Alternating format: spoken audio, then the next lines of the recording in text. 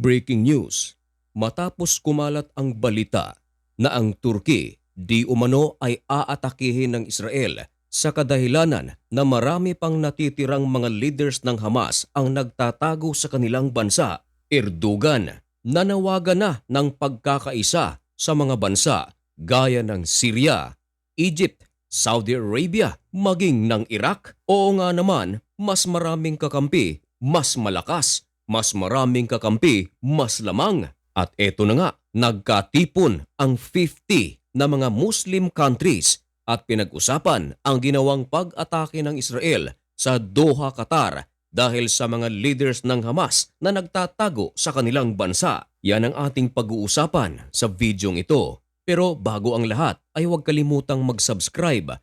Samahan na rin ng like ang videong ito at i-click ang notification bell. Napakalaki kasing tulong yan para sa aming mga content creators.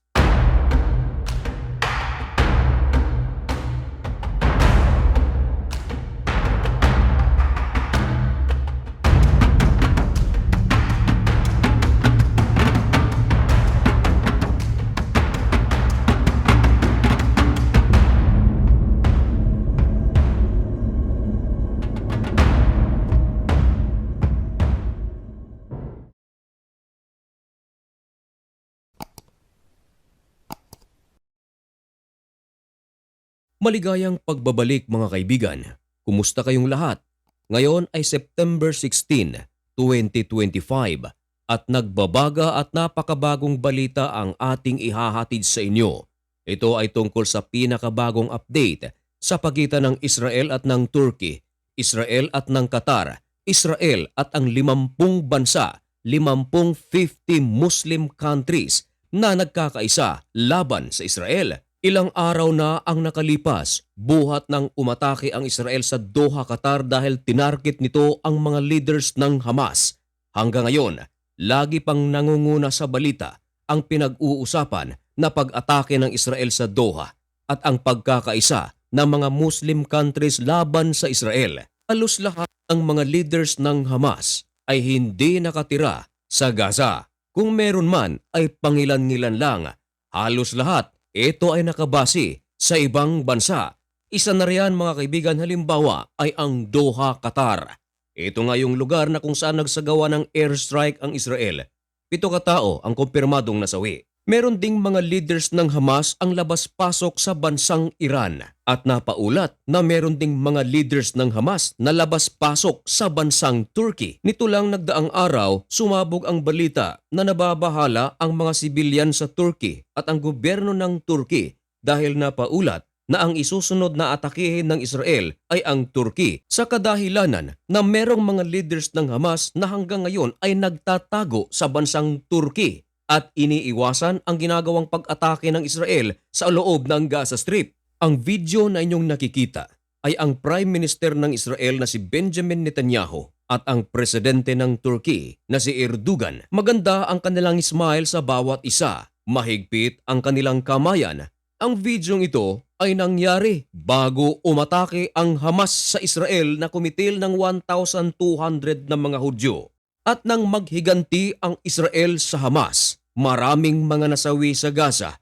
Marami ng mga operation ang ginagawa ang Israel sa loob ng Gaza.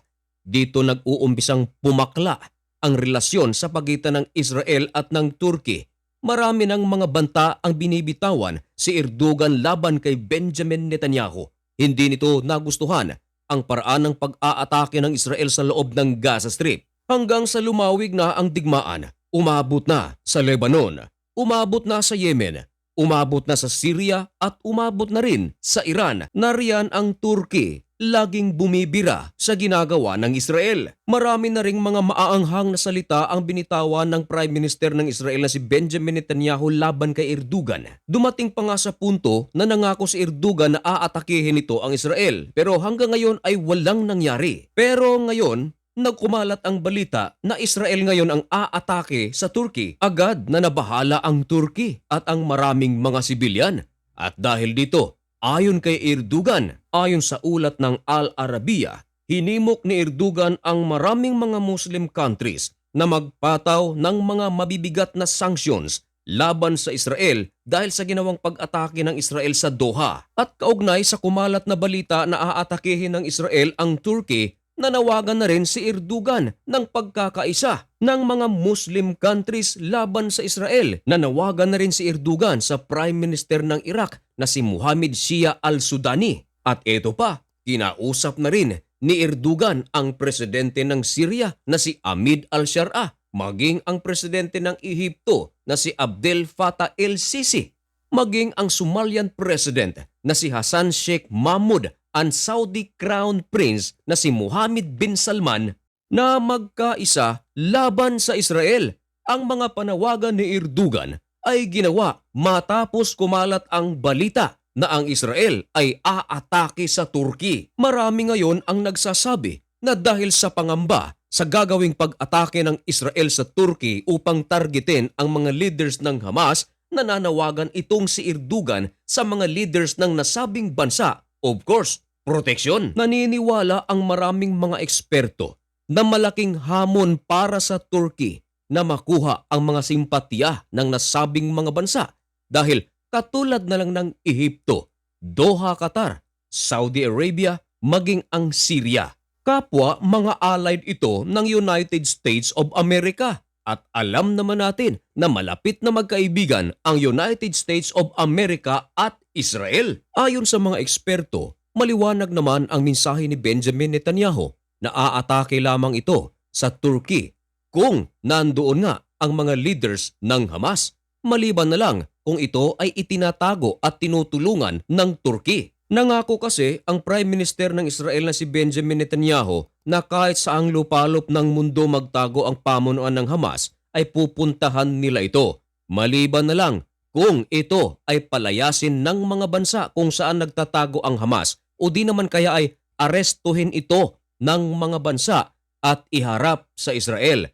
At kapag hindi, sila raw mismo ang gagawa. At yan rin ang kadahilanan kung bakit kumalat ang balita na aatakihin ng Israel ang Turkey. Ayon sa ulat ng India.com, dati na raw galit ang maraming mga Muslim countries sa Israel dahil sa kanilang ginagawang pag-atake sa Gaza Strip. Pero mas lalo pa raw nagalit ngayon ang maraming Muslim countries dahil sa ginawang pag-atake ng Israel sa Doha, Qatar. Ang pag-uusap ng 50 countries ay isinagawa sa capital city ng Qatar, sa Doha. Nagtapos ito kahapon, September 15, 2025 at nakatuon ngayon ang mga mata ng mga media internasyonal sa sitwasyon sa pagitan ng Israel at ng Muslim countries.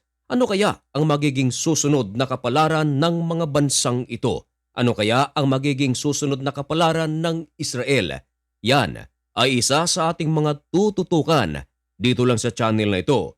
Kaya kung nais mong maging updated at kung gusto mo ang ganitong mga content at baka naman bago ka lang sa channel na ito, baka naman pwedeng makahingi ng kaunting pabor. I-subscribe mo na ang napakaliit na channel na ito. At hanggang dito na lamang muna ang video ito. May God bless you and thank you so much for watching. Goodbye.